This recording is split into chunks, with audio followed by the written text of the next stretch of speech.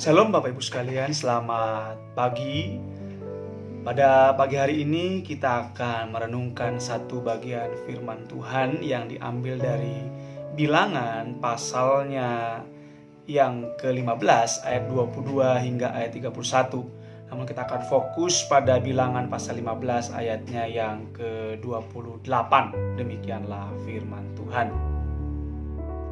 Bacaan diambil dari Bilangan 15 ayat 28. Dan imam haruslah mengadakan pendamaian di hadapan Tuhan bagi orang yang dengan tidak sengaja berbuat dosa itu, sehingga orang itu beroleh pengampunan karena telah diadakan pendamaian baginya. Demikianlah sabda Tuhan. Nah, Bapak Ibu sekalian,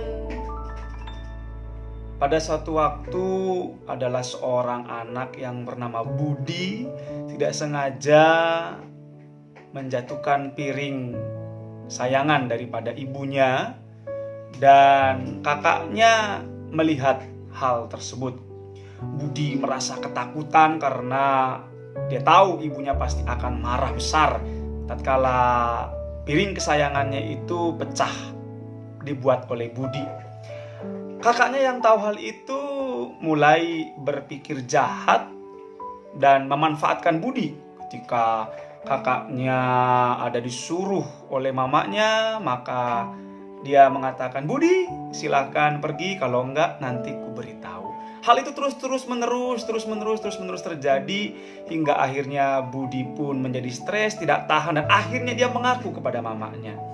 Tahukah Bapak Ibu Saudara sekalian, ternyata mamanya pun atau ibunya mengetahui hal tersebut, dan dia berkata bahwa karena Budi telah mengaku dosa, ibunya pun mengampuni dia. Nah, Bapak Ibu Saudara sekalian, seberapa banyak di antara kita yang terintimidasi oleh iblis, oleh setan tatkala kita berbuat dosa, kita merasa beban berat mendidik kita, kita merasa bahwa kita tidak akan diampuni oleh Tuhan. Namun nats yang kita baca pada pagi hari ini mengingatkan kita bahwa umat di dalam perjanjian lama ketika mereka melakukan dosa yang tidak disengaja, ada tata cara tertentu di mana mereka harus membawa korban persembahan yang ada aturannya di kitab Imamat. Bapak Ibu bisa membacanya, dan mereka harus menjadikan korban persembahan itu sebagai korban penghapus dosa. Mereka akan berikan kepada para imam, dan imam akan mengadakan pendamaian antara orang yang berbuat dosa dan kepada Allah. Nah, demikian rumitnya umat pada waktu perjanjian lama, Bapak Ibu Saudara sekalian. Tapi hal ini menegaskan bahwa Allah tidak kompromi dengan dosa. Tapi gak hanya itu, Allah memberikan solusinya, Allah memberikan pengampunan lewat pengorbanan. Nah, apa yang bisa kita dapatkan di zaman sekarang?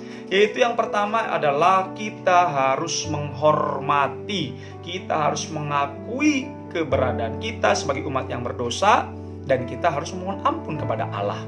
Pengorbanan telah Yesus lakukan sebagai korban satu-satunya untuk selama-lamanya, di mana kita hanya tinggal memohon, mengaku dosa kepada Allah, dan Allah pasti mengampuni kita. Tapi ingat, Allah tidak membiarkan dirinya dipermainkan. Oleh karena itu, mari kita membuat komitmen untuk tidak melakukan dosa yang sama ketika Allah sudah mengampuni kita. Yang kedua yang saya dapati, Bapak Ibu sekalian, mari kita belajar mengucap syukur untuk semua yang sudah Tuhan berikan. Karena tatkala kita mengucap syukur, maka hawa nafsu, dosa apapun bisa kita tahan, bisa kita tolak godaannya, karena ada rasa ucapan syukur bahwa Tuhan sudah mengampuni, bahwa Tuhan sudah memberikan yang terbaik, bahwa Tuhan sudah memberikan segala-galanya, bahkan nyawanya untuk kita semua umat yang percaya. Oleh karena itu, Bapak Ibu sekalian, mari kita merenungkan bagian firman Tuhan pada pagi hari ini. Selamat pagi, Tuhan Yesus memberkati.